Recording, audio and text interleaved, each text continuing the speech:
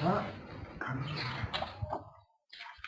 먼저 그 선지치 교육교육시 교육 처음만 때 수수주들이 교육 강의를 한대 받지 정말지 고야기 대용도 그거는 처음에 수수니 되니까 선지스는 지고로 인데기 고한테 당한 수도 토기 말에 당한 수 진짜 또 돼야지 좋아요 말이야. 도와이 그거와 근데 내가 또 보게 돼야 스키는 또 토야기 가르치는 게 토야기 주요하게 있습니다. 지지 토야기 주요하게 주요가 마치 되는데 주요에 가르치는 거 주요에서 상직이 리스니치 진짜 상직이 주요 상직이 리스니치 다 상직이야 뭐야 그냥 버치요 이래서 상직이 저는 getting 주요하죠. 도망 나가네. 이런 시스템이 되니 지워져 사실 포토야 키워지지. 아무도 봐서야 말이지. Karimbuchi voudrait tout d'abord refaire une sorte de table des matières, d'un petit peu de la démarche qui est suivie tout au long de l'enseignement.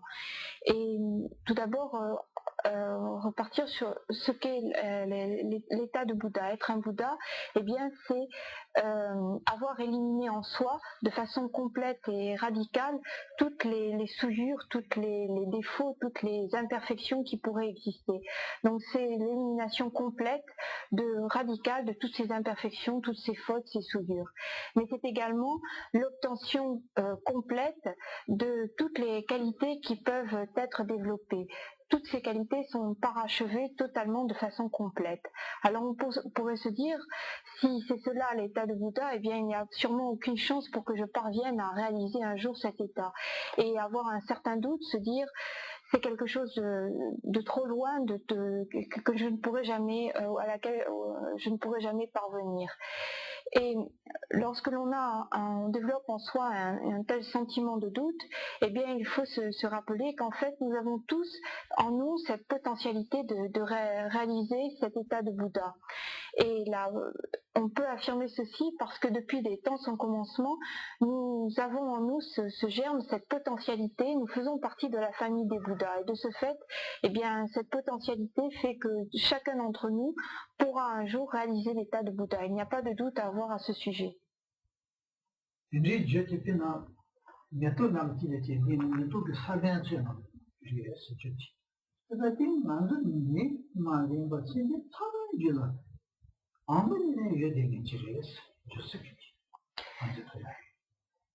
Cette cause, ce germe qui est en nous, qui nous permettra un jour de réaliser l'état de Bouddha, eh bien il est semblable à une graine.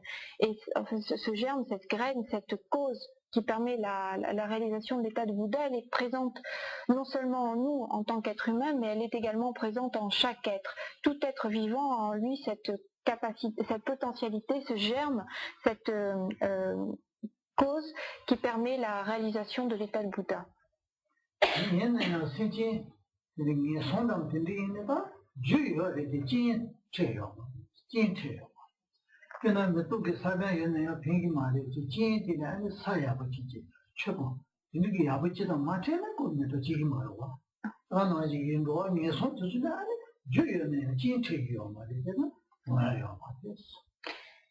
Cette cause, elle est présente en chaque être, en tout être vivant, mais si l'on prend le cas des êtres qui se trouvent dans les voies d'existence infortunées, bien qu'ils aient en eux cette cause d'obtention de l'état de Bouddha, ce germe, eh bien cette cause ne rencontre pas des conditions favorables qui permettent son plein développement, son épanouissement.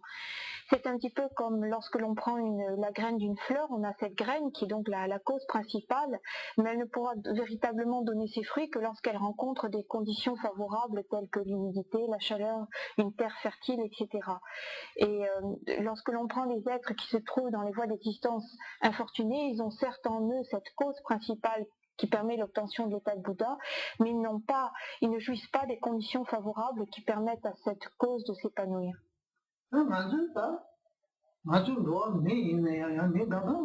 je dis que tu m'as dit, maman le was. Un anzu tu c'est des gars de ça, sous le, les checking, longtemps qui gêne, pas tiens. C'est-à-dire, c'est un anzu tu Go me ne ya tin ge ki ni ma che mo mo yo lo wa ne so ma de do me ne ya ya ge ki ni da ma che mo mo yo ta na zo jin da ya che de lo je ta jin ni kan do de yo de jin ge shi ni ma tin kin ki ta de ma de de de sa je ge so sha ba de ma ko da che kin ki sa je chon de de lang te sha ge lang te ma zu ko da che kin ki ane ji da te ki ge so na ji ko da che kin ki ane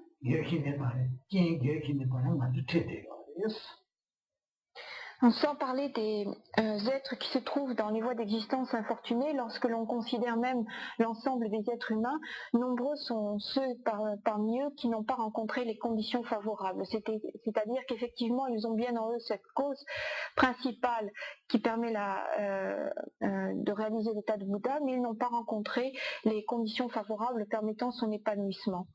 Mais ce n'est pas notre situation. Nous avons aujourd'hui rencontré ces conditions favorables, l'une d'entre elles étant d'avoir pu rencontrer l'ami spirituel, le maître qui va nous guider sur cette voie exposée par le Bouddha. C'est lui qui est le guide, le maître qui enseigne la façon de se diriger tout au long de cette voie.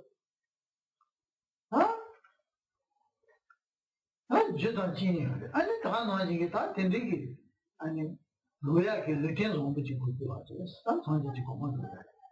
Le 15 ans, tu t'es mal donné. Allez, c'est une terre, j'ai signé. Je vois que je suis. Allez, tu vas dans les guitares, carré. Tu vas dans son sens. Tu connais le thé de tes bras. Allez, là, je viens le thé de tes bras dans son bras. Je suis tes bras en naturel. Mais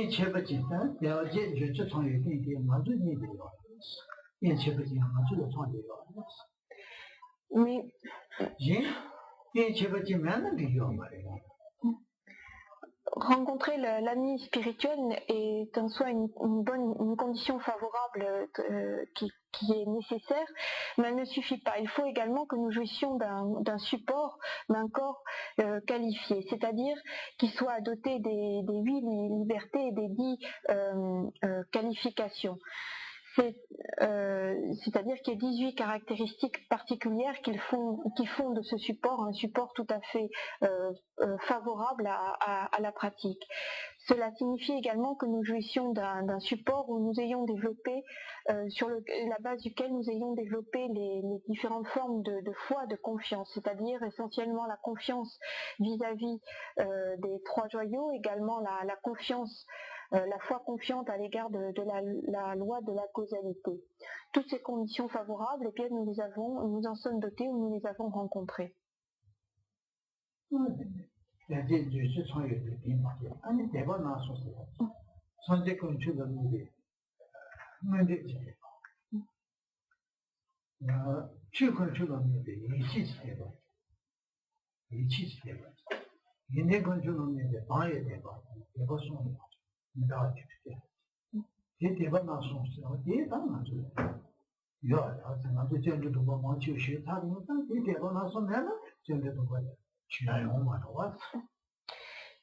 Ces trois types de confiance sont dirigés chacune vers les 3 joyaux. Il y en a une qui est dirigée plus précisément vers le Bouddha, l'autre plus précisément vers le Dharma et plus précisément vers le Sangha, vers la communauté religieuse. Et ces 3 types de confiance, de foi confiante, de foi profonde, nous les avons pour la plupart développés en nous, puisque la plupart d'entre nous ont déjà pris refuge. Et on ne pourrait pas avoir véritablement pris refuge si l'on n'avait pas développé au préalable ces 3 types de foi confiante.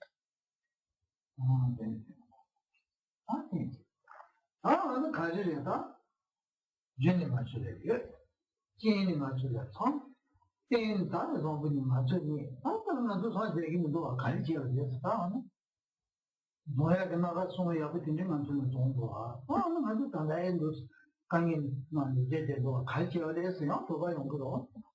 이제 다 단단한 줄에 배지. 바치징이. 인제 손에 야고 동요할 때 단단하게 바치징이. 그다음에 또 신한테 사만에 맞다. 진출을 책. 인제 제대로나요. 아니 뭐로 수가 되게 된다기요. 내가 제손나. 그 또 지야요. 바치 연구로 지토이 말로 거기 되는 사진 제가 아니 괜찮게 지요. 그 그냥 몸이 어디 와서 어떻게 나중에 나중에 같이 내가 이제 시와 이 온게 먼저 제가 가는 게 그래 nous avons tous en nous cette condition primordiale, qui la cause principale qui permet la réalisation de l'état de Bouddha, donc elle est présente en chacun d'entre nous. Nous avons en outre rencontré des conditions favorables, nous jouissons également d'un support qui est bon.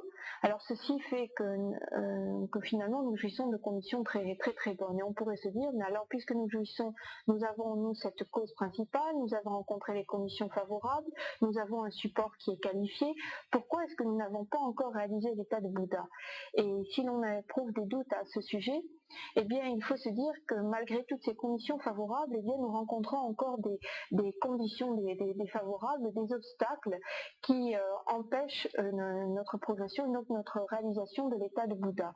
C'est un petit peu, pour reprendre toujours cet exemple de la fleur, on met une graine en terre, il y a donc la cause principale, il y a un terrain qui est fertile, il y a de l'humidité, de la chaleur, donc des conditions favorables, mais il arrive que des insectes vont venir, toutes sortes de petits animaux vont venir et qui vont commencer à ronger la graine ou bien la pousse, et de ce fait, eh bien, on ne verra jamais le fruit complètement épanoui. Et bien de la même façon, il y a des obstacles qui...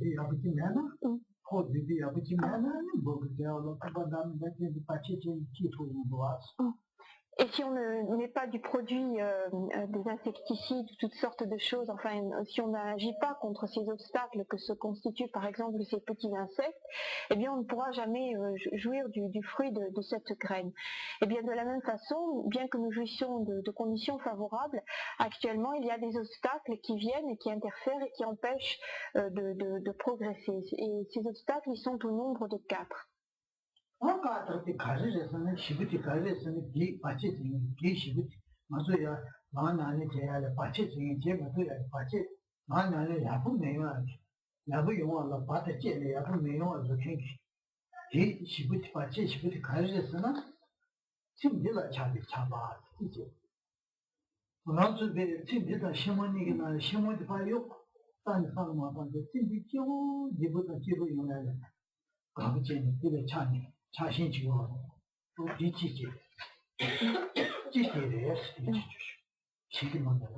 Non. Alors, quels sont ces 4 obstacles qui nous empêchent de pratiquer correctement, qui empêchent notre avancée, notre progression?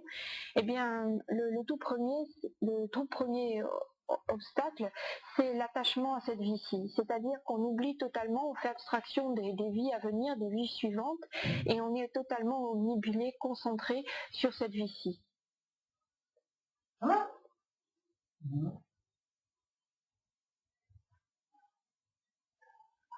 아니 네버티 가르쳤다.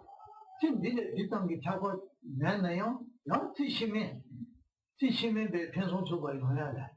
지심한테 하이 지원하면 되는 아직 거의 지워 야같이 차네요. 이 잡으면 지려를 제라 지심한테 내가 80도 한다면 지금 지심한테 안다길래 정말 지심한테 내가 80도 한다면 지겠구나. 선생님께서도 너무 지혜구나. 지금 마담 군님은 무엇이 지혜구나 하다마다 너무 열심히 그 변도를 잘 잡아 공부하게 되었어. 마치 Quant au deuxième obstacle, c'est l'attachement à de bonnes renaissances.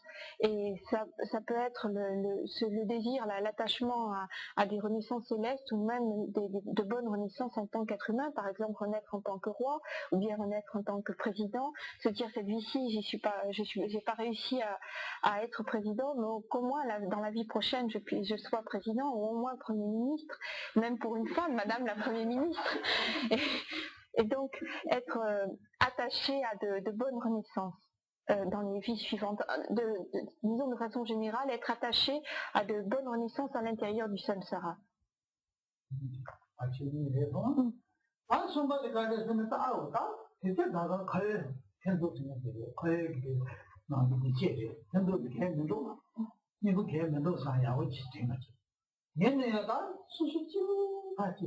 니부용야 타바스는 치다 카완디래 나 지우 카완디래 타고 제나 아무나 지우 상고 말이다 또 수수 카완디래 타고 제나 다 신제해 상마 도와지 또 수수 카완디래 타고 제나 다 나기 때문에 샤바 다잖아 샤바 아다 수수 카완디 타게 타게 되어도 지 푸나냐비 어디 샤바데다 여봐 됐다 아체치 신진기 누가 수수대 가을강이 다 늦도 가가 가야 되어 제가 제때나 다 하고 있는다 뭐라 또 수수대 가야 되어 제가 타야 되는 또 제가 나 내가 샤마스 하기 때문에 샤마스 어디 받지 숨바지 Le troisième obstacle est le suivant. On arrive à la prise de conscience que finalement toutes ces positions agréables à l'intérieur du samsara sont malgré tout futiles et que toutes les richesses, tous les bonheurs à l'intérieur du samsara n'ont aucun intérêt et donc on va chercher à se libérer. Mais cette libération, on ne l'envisage que pour soi-même, c'est-à-dire qu'on ne pense pas aux autres et c'est essentiellement pour sa propre personne que l'on va rechercher la libération, essentiellement pour soi-même que l'on vise la libération. Et donc le troisième obstacle, c'est être uniquement concerné par sa propre libération, c'est-à-dire œuvrer uniquement pour son intérêt personnel.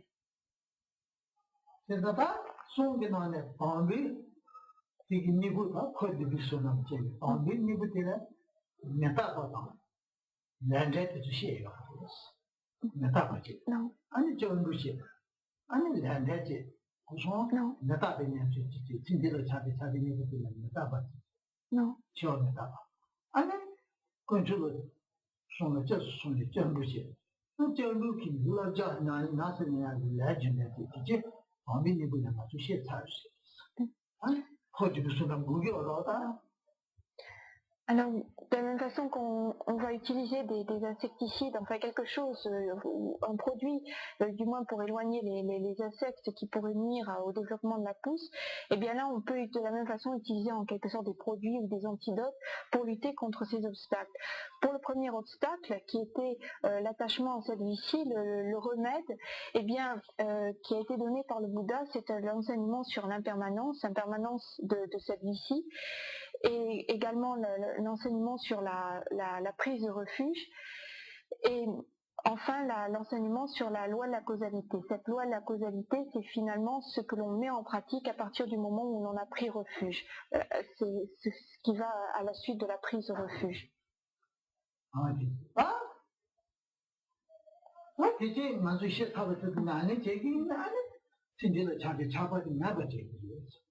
신비를 잡았다면 얘기는 반만 주지 아니야. 그죠? 나는 야고 얘기도 안 되면 수수지를 신비를 잡았지. 안 보면 또 하나 하고 그래서 신비 괜찮은 만 아니라고 얘기해야 맞을 거야. Et ces trois points ont été exposés par Karim Boche. Dans la mesure où on les met en pratique, eh bien, cela permet de lutter contre de faire diminuer et même d'éliminer l'attachement à cette vie-ci. Et si actuellement nous avons encore en nous, nous sentons encore en nous un attachement vis-à-vis de cette vie-ci, c'est que la pratique relative à ces trois points n'a pas été menée suffisamment ou de façon complète. Et finalement, pour savoir si notre pratique est bonne, il n'est pas besoin d'aller demander à quelqu'un est-ce que je pratique bien, il suffit simplement de faire une introspection, de regarder en soi et de voir si déjà cet attachement par rapport à la vie présente a diminué ou non.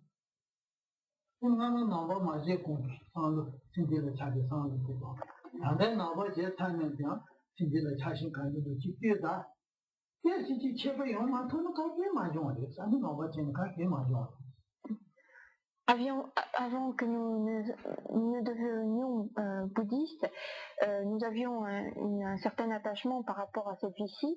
Maintenant que nous sommes devenus bouddhistes, il faut regarder quel est ce qu'il en est. S'il n'y a aucune différence, si nous avons toujours le même attachement par rapport à cette vie-ci, eh bien devenir bouddhiste n'a été d'aucune utilité pour nous. Nous n'en avons tiré aucun bénéfice.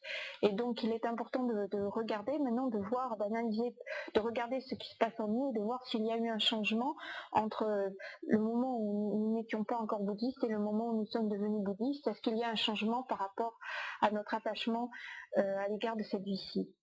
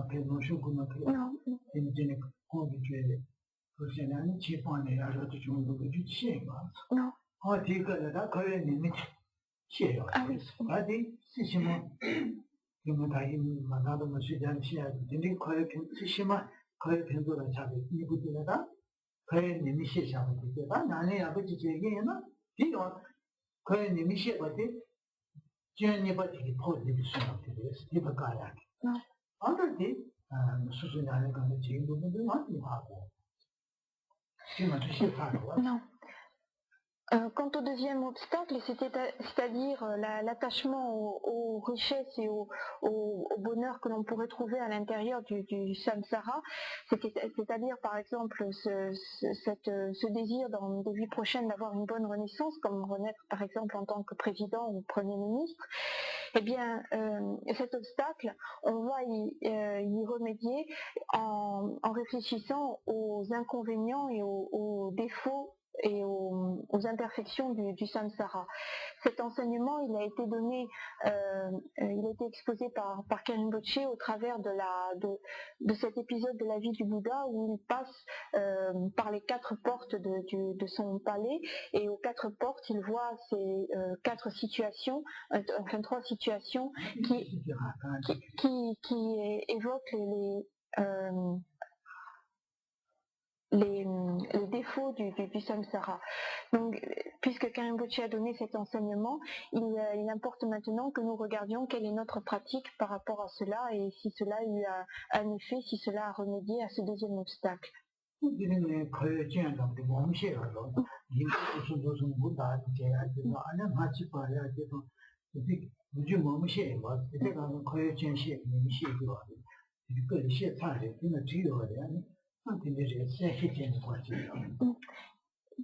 Karinpoché avait également donné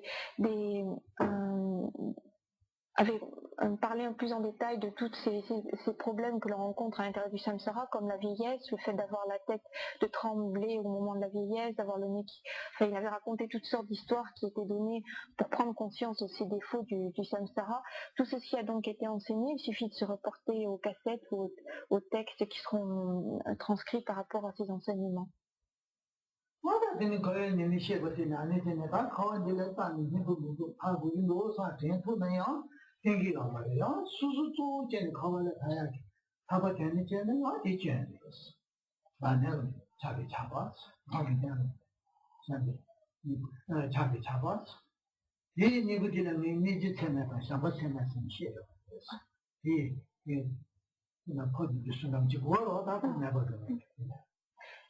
prendre conscience de la futilité du samsara, du fait que toutes ces richesses n'ont pas de sens, n'ont pas de valeur, et n'est pas suffisant. Et si on se contente uniquement de chercher à se libérer soi-même.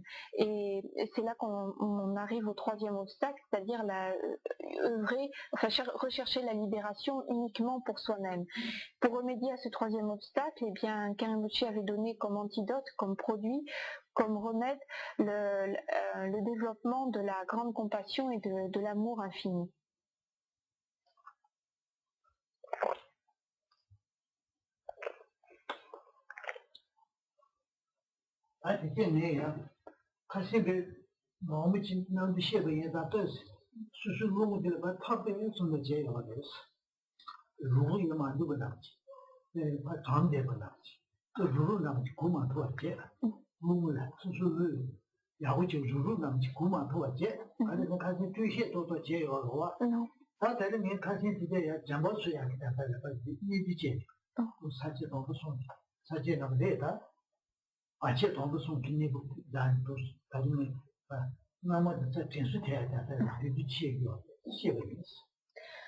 Parce que ces enseignements se sont étalés sur toute disons, sur un grand nombre de soirées, de fois.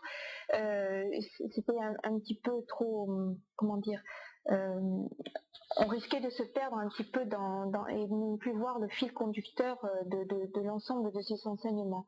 Et c'est pourquoi Karimbochi a repris un petit peu ce soir comme une sorte de table des matières qui permet d'avoir un axe ou un fil conducteur par rapport à ces différents enseignements.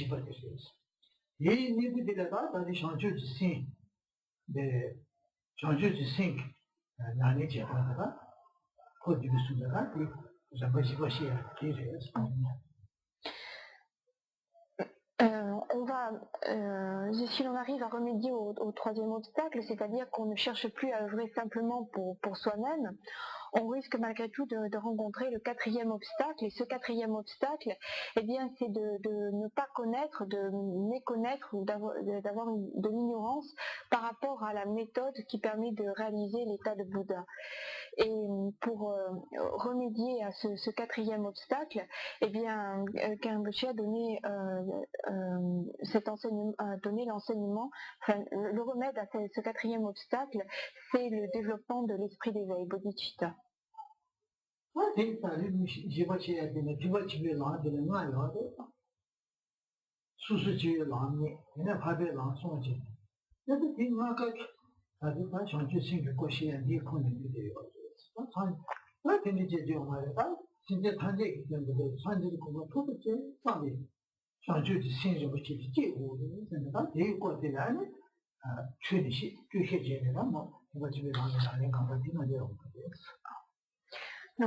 Lorsque l'on expose l'esprit d'éveil, lorsque l'on enseigne bodhicitta, eh bien, en fait, on est amené à exposer les 5 voies, les 5 chemins à l'intérieur du Mahayana, à l'intérieur du grand véhicule. Ces 5 chemins, ils sont constitués par 2 premiers chemins qui sont suivis par les êtres ordinaires, et puis par 3 chemins qui sont suivis par les êtres qui ont déjà obtenu un certain nombre de réalisations.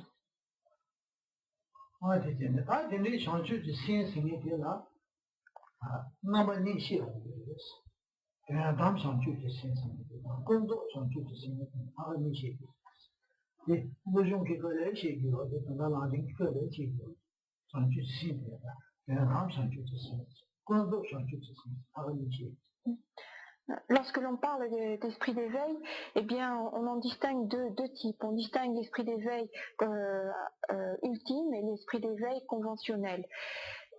Cette distinction, elle est faite que ce soit dans les enseignements relatifs au lamrim, ou bien dans les enseignements relatifs à l'entraînement de l'esprit, l'Ojong.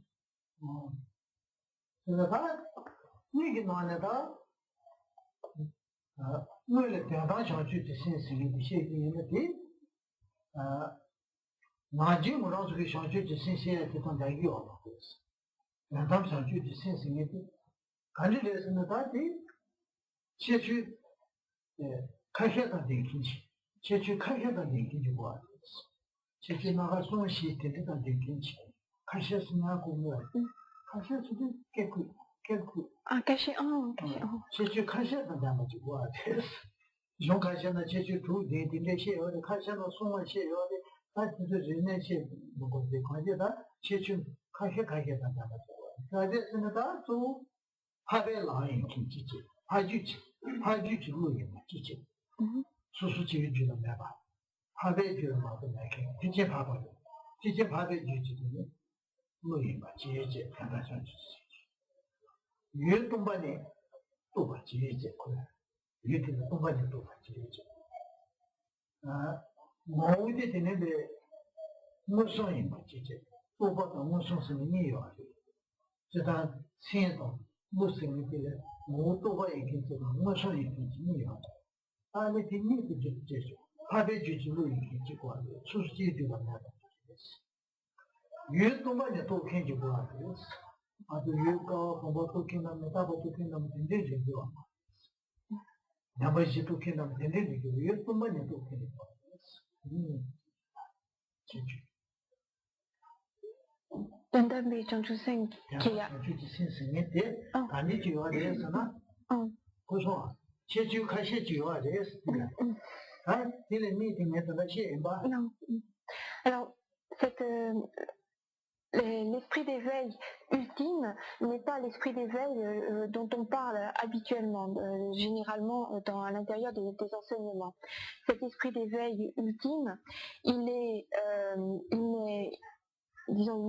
peut être produit que par quelqu'un qui a déjà réalisé l'état d'Arya.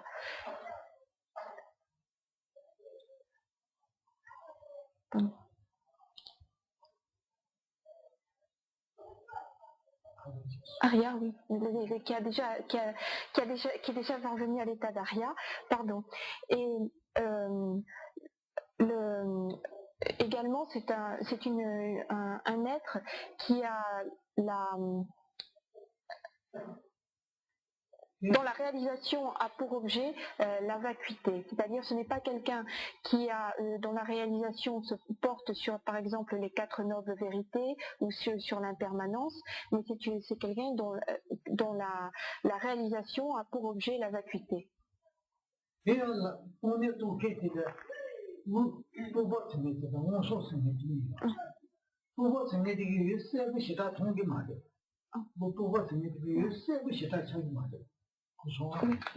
그러나 처럼 못 따기는 추후를 그냥 난담도 도담 근데 동야지요 고소와 처럼 못 따기나 이게 띵띵라 안에 도담도 난담 동야지요 이 추디기 바로 다 제일 세부시다 통기만 그거 생각이 유튜브에 된대지요 이게 세부시다 통토기만 대만에 뭐 무슨지고 무슨 생각이 되는다 처럼 그때 얘기하는 못 따기 때가 나지 아니 이게 세부시다 통기요 제가 대형의 동반이 되어 또 대형의 무슨도 또 보지고 무슨 얘기지 무슨도 또 봐 세부시 또 보지고 Et lorsque l'on parle de réalisation de la vacuité, c'est en fait il faut nuancer parce qu'il y a deux façons disons deux niveaux de réalisation par rapport à la vacuité. Il y a tout d'abord une compréhension et puis il y a ce que l'on appelle la compréhension directe. Et la compréhension, c'est-à-dire que la personne a une réalisation, une compréhension par rapport à la vacuité, mais qui n'est pas tout à fait nette, elle est encore légèrement floue. Et Karimpochi a comparé cela à une personne qui regarderait des pierres dans une rivière. Elle voit ces pierres, mais il y a quand même un certain flou parce que ces pierres se trouvent dans l'eau et l'eau fait une sorte de voie, donc il y a une vision des pierres, mais qui est légèrement floue. Et dans ce premier niveau de compréhension, il y a une vision de la vacuité, mais qui reste encore légèrement floue. Quand on parle de compréhension du deuxième niveau, qui est la compréhension directe de la vacuité, eh bien ce flou a totalement disparu. Il y a une compréhension tout à fait nette et complète de la vacuité. C'est comme lorsque l'on prend la pierre qui était dans la rivière, on la met dans la paume de sa main et on la regarde de façon directe, et là, la vision est totalement nette.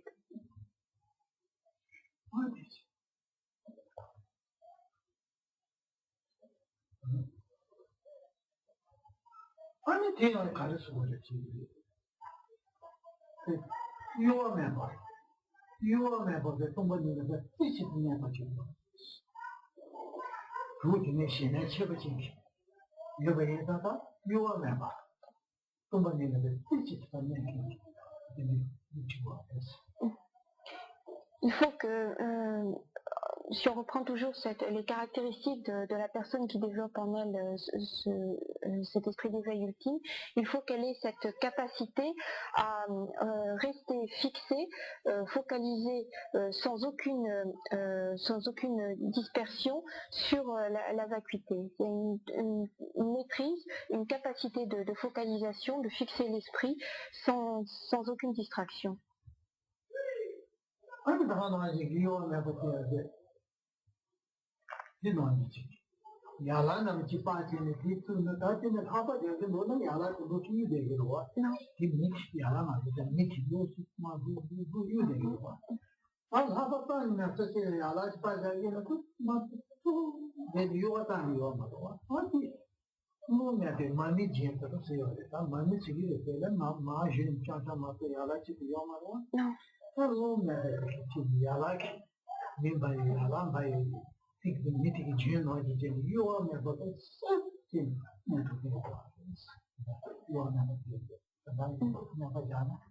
Quand on parle de cette complète focalisation fixation de l'esprit, eh bien on disait au Tibet avoir un esprit qui soit semblable à la flamme d'une bougie qui ne se trouve pas dans les courants d'air. Si on place au Tibet on disait pas une bougie, on disait une lampe à beurre, mais le principe c'est le même que la bougie. Et donc si on place une bougie dans un courant d'air, la flamme sera tout le temps agitée et ne restera pas fixe. Alors que si la bougie est dans un endroit où il n'y a aucun vent, aucun courant d'air, eh bien la flamme reste bien droite, bien ferme.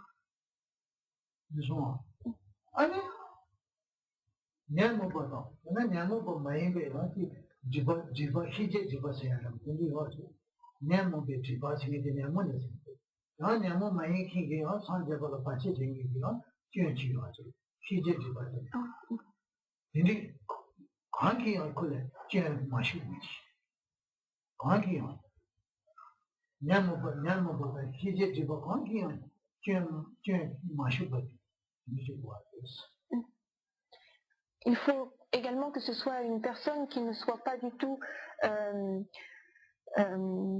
il faut également que ce soit un esprit qui ne soit pas du tout entravé par les deux voiles, le voile des facteurs mentaux perturbateurs et le voile qui empêche le plein développement de la connaissance. Donc il faut que cet esprit ne soit pas du tout entravé, enfin soit libéré, soit ne soit pas entravé par ces deux voiles.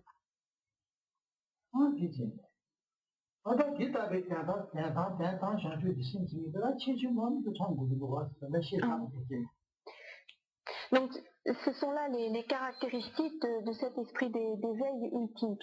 Toutes ces données qui ont été données, qui ont été exposées, sont les caractéristiques de cet esprit d'éveil ultime. On pourrait en donner d'autres dans les textes. Il y a différentes façons d'aborder ce point.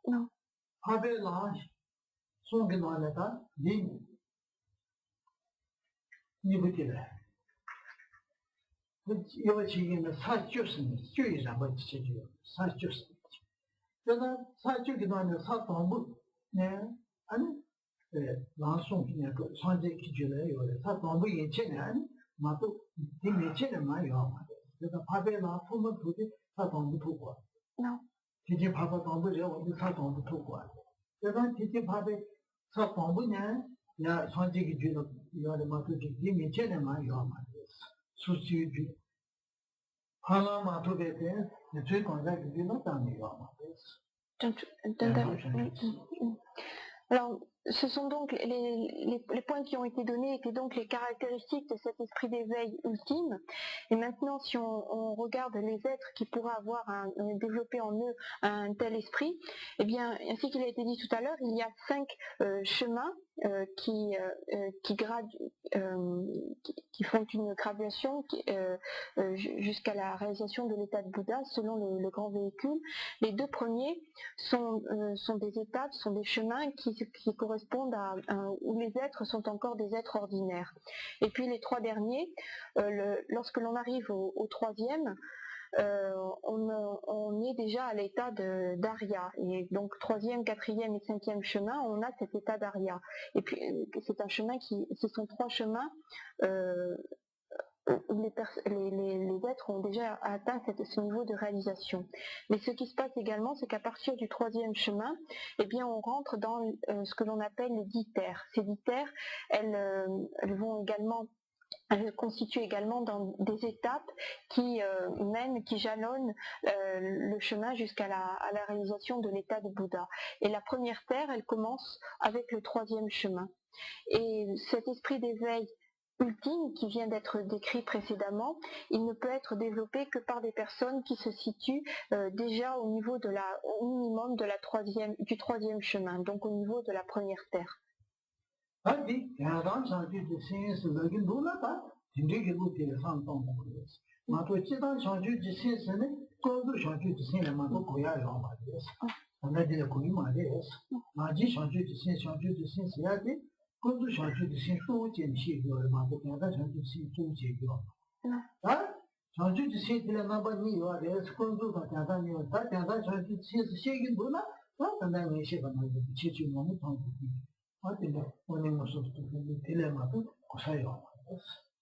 Non. On a donc dit qu'il y a deux types d'esprit d'éveil. Il y a l'esprit d'éveil ultime et l'esprit d'éveil conventionnel. Cet esprit d'éveil ultime, c'est donc cet esprit qui a pour objet la compréhension de la vacuité, donc toutes les caractéristiques qui ont été données tout à l'heure. Et ce type d'esprit d'éveil, il n'est développé que par les êtres qui se trouvent au minimum à partir du 3e chemin, donc de la première terre. Mais habituellement, au cours des enseignements, lorsque l'on parle de l'esprit d'éveil, ce n'est pas de cet esprit d'éveil ultime dont il est question, mais c'est de l'esprit d'éveil conventionnel. Chaque fois que l'on parle de produire en soi l'esprit d'éveil, bodhicitta, etc., c'est en général de l'esprit d'éveil conventionnel qu'il est question.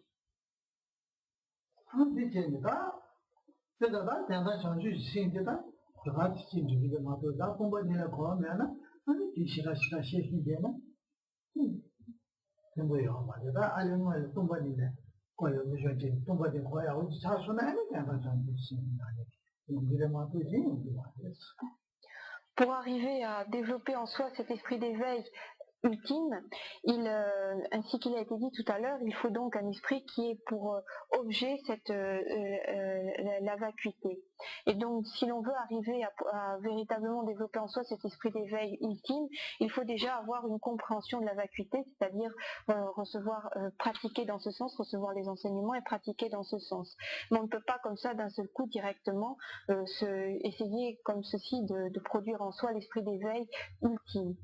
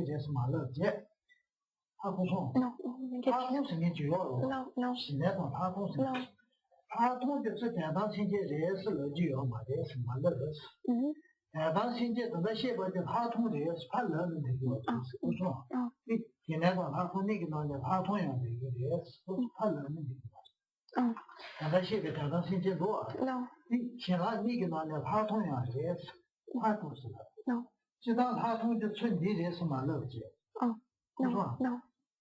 Et cet esprit d'éveil ultime, on peut dire qu'il est cette vision pénétrante lorsqu'on suit la progression, on a le calme mental, samatha, et puis la vision pénétrante. C'est la vision pénétrante, on dit. Hein. Eh bien, l'esprit d'éveil ultime, il correspond à cette vision pénétrante.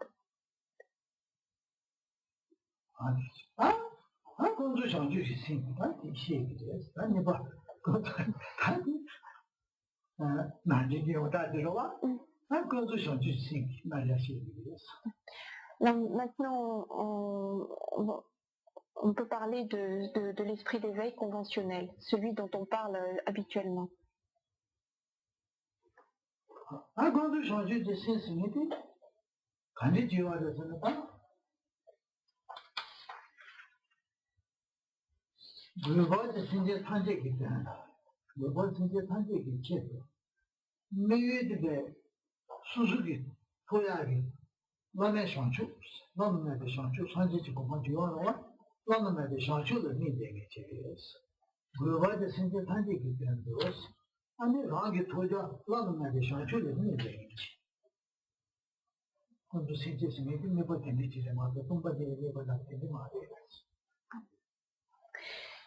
Cet esprit d'éveil conventionnel, eh bien, on le définit ainsi. On dit qu'il a une nécessité. Cette nécessité, c'est d'œuvrer pour le bienfait de l'ensemble de tous les êtres. Et le but va être de réaliser l'état de Bouddha. C'est réaliser cet état de Bouddha pour pouvoir œuvrer pour l'ensemble de tous les êtres. Et lorsqu'on définit donc l'esprit d'éveil conventionnel, il n'est pas question de vacuité, c'est réaliser l'état de Bouddha qui est le but pour pouvoir, la nécessité est d'œuvrer pour le bienfait de l'ensemble de tous les êtres.